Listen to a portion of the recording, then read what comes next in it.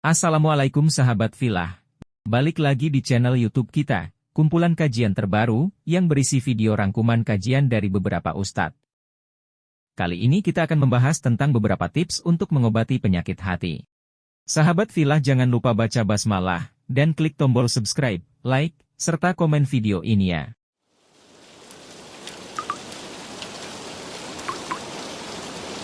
Penyakit hati adalah beberapa sifat buruk atau tingkah laku tercela seperti dengki, iri hati, arogan, emosional, dan lain-lain. Orang yang memiliki penyakit hati, seringkali amal ibadahnya tidak bernilai apa-apa di sisi Allah. Berikut 5 tips mengobati penyakit hati yang berhasil kami rangkum dari kajian Ustadz Syafiq Riza Basalamah. 1. Membaca Al-Quran dengan mentadabburinya. Utsman bin Affan mengatakan, jika hati kita bersih, kita tidak akan pernah kenyang dan puas dari bacaan Al-Quran. Kiat pertama untuk mengobati penyakit hati adalah dengan membaca Al-Quran dan mentadabburi artinya. Sahabat Filah, penyakit hati juga bisa kita dapatkan ketika kita sering mendengarkan kalamunas atau perkataan manusia, dan meninggalkan kalamu Robbinas atau perkataan Allah. Sahabat Filah perlu tahu, kalau salah satu hal yang dibenci oleh Rasulullah adalah perkataan manusia. Sedangkan kita sebagai manusia, memiliki tradisi suka berbicara. Firman Allah dalam Quran Surah Al-Isra ayat 82. وَنُنَزِّلُ مِنَ الْقُرْآنِ مَا هُوَ شِفَاءٌ وَرَحْمَةٌ لِّلْمُؤْمِنِينَ وَلَا يَزِيدُ الظَّالِمِينَ إِلَّا خَسَارًا. Dan kami turunkan Al-Quran sebagai penawar dan rahmat bagi orang-orang yang beriman. Dalam satu hadits sahih, Ibnu Amr bin As berkata, "Wahai Rasulullah, dalam berapa lama saya mesti hatam membaca Al-Quran?" Rasulullah SAW menjawab, "Hatamkanlah Al-Quran dalam 1 bulan." Saya kembali berkata, "Saya kuat menghatamkan Al-Quran dalam tempo waktu yang lebih singkat dari itu." Kemudian Rasulullah SAW menjawab, "Hatamkanlah Al-Quran dalam waktu 15 hari." Lalu saya kembali berkata, "Saya kuat menghatamkan dalam tempo waktu lebih sedikit dari itu." Rasulullah SAW menjawab, "Hatamkanlah Al-Quran dalam jangka waktu 10 hari." Saya kembali berkata, "Saya kuat menghatam Al-Quran dalam jangka waktu yang lebih singkat dari itu." Lalu untuk kesekian kalinya Rasulullah SAW menjawab, "Hatamkanlah Al-Quran dalam jangka waktu 5 hari." Dan saya kembali berkata kepada Rasulullah, "Saya bisa menghatam Al-Quran dalam catatan waktu lebih singkat dari 5 hari." Akan tetapi untuk kali ini, Rasulullah SAW tidak mengizinkan saya, hadis riwayat Imam At-Tirmizi. Untuk sebagian orang, Al-Quran adalah beban baginya. Padahal Al-Quran adalah asy-syifa, penyembuh dan rahmat bagi kita. Sahabat Filah, saat merasa berat untuk berinteraksi dengan Al-Quran, sahabat jangan lupa berdoa, meminta agar Allah bantu dan mudahkan. Karena kelak, masa muda kita akan dipertanyakan untuk apa saja, apakah kita menghabiskannya untuk Al-Quran? Sahabat, ada orang yang membaca Al-Quran tetapi Al-Quran itu melaknatnya, dan dia tidak sadar. Mereka itu adalah orang yang membaca Al-Quran tanpa mentadabburinya. Firman Allah dalam Quran Surah Al-Hasyr ayat 21. لو أنزلنا هذا القرآن على جبل لرأيته خاشعا متصدعا من خشية الله وتلك الأمثال نضربها للناس لعلهم يتفكرون.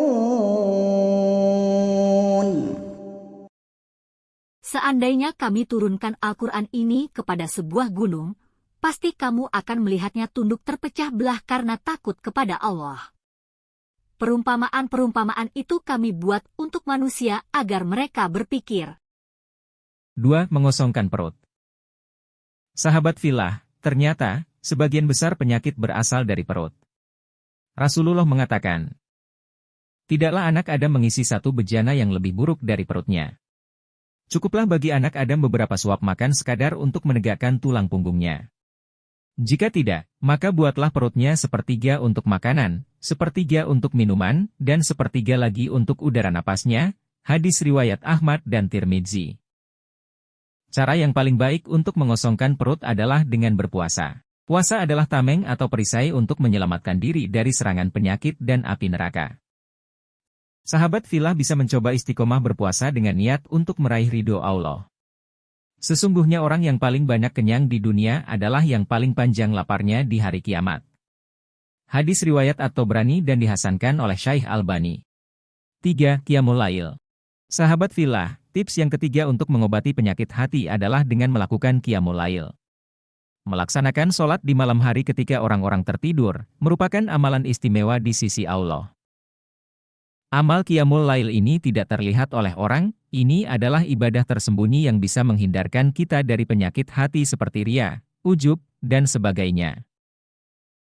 Semoga Allah memberi rahmat seorang laki-laki yang bangun malam kemudian sholat, lalu membangunkan istrinya kemudian sholat. Jika istrinya enggan, ia memercikkan air di wajahnya. Dan semoga Allah memberi rahmat seorang wanita yang bangun malam kemudian sholat, lalu membangunkan suaminya kemudian sholat. Jika suaminya enggan, ia memercikkan air di wajahnya. Hadis riwayat Ibnu Majah. Firman Allah dalam Quran Surah As-Sajdah ayat 16. تتجافى جنوبهم عن المضاجع يدعون ربهم خوفا وطمعا ومما رزقناهم ينفقون. Lambung, tubuh, mereka jauh dari tempat tidur untuk sholat malam, seraya berdoa kepada Tuhannya dengan rasa takut akan siksanya dan penuh harap akan rahmatnya, dan mereka menginfakkan sebagian dari rezeki yang kami anugerahkan kepada mereka. 4. Bermunajat atau meminta kepada Allah di waktu sahur. Tips mengobati penyakit hati selanjutnya adalah dengan bermunajat kepada Allah, memohon ampunan dan pertolongan di waktu sahur. Salah satu ciri penghuni surga adalah sedikit tidur, di mana di waktu sahur sebelum subuh yang mereka lakukan adalah perbanyak istighfar. 5. Majelis, berkumpul bersama orang-orang soleh. Bermajelis atau berkumpul dengan orang soleh cirinya adalah di saat obrolannya sering muncul kalimat Allah. Perbanyak bermajelis akan mengobati hati kita yang sedang sakit. Sahabat Filah, hindarkan berkumpul dengan orang-orang yang hanya membicarakan duniawi. Carilah kawan yang baik, yang mengingatkan kepada kebaikan walaupun harus banyak bersabar, karena dunia kita akan terasa semakin sempit, namun akhirat kita akan naik. Kesempurnaan manusia dengan dua hal, yakni memiliki ilmu, dan dengan ilmu tersebut ia semangat mengamalkannya. Pada hari kiamat, kita tidak akan ditanya seberapa banyak ilmu yang kita miliki, tetapi seberapa bermanfaat ilmu tersebut. Oleh karena itu, perbanyaklah bermajelis untuk menuntut ilmu, dan agar bisa mengamalkannya. Dari Muaz bin Jabal radhiyallahu anhu, Rasulullah shallallahu alaihi wasallam pernah memegang tangannya lalu berkata, "Wahai Muaz, demi Allah, sesungguhnya aku mencintaimu, sungguh aku mencintaimu." Rasulullah Shallallahu Alaihi Wasallam selanjutnya bersabda, "Aku memberikanmu nasihat, wahai Muaz. Janganlah engkau tinggalkan saat di penghujung solat, di akhir solat, bacaan doa, Allahumma ini, ala zikrika wa syukrika wa husni, ibadatik. Ya Allah, tolonglah aku dalam berzikir, bersyukur dan beribadah yang baik padamu." Demikian sahabat Filah, penjelasan dari 5 tips mengobati penyakit hati yang merupakan rangkuman kajian Ustadz Syafiq Riza Basalamah.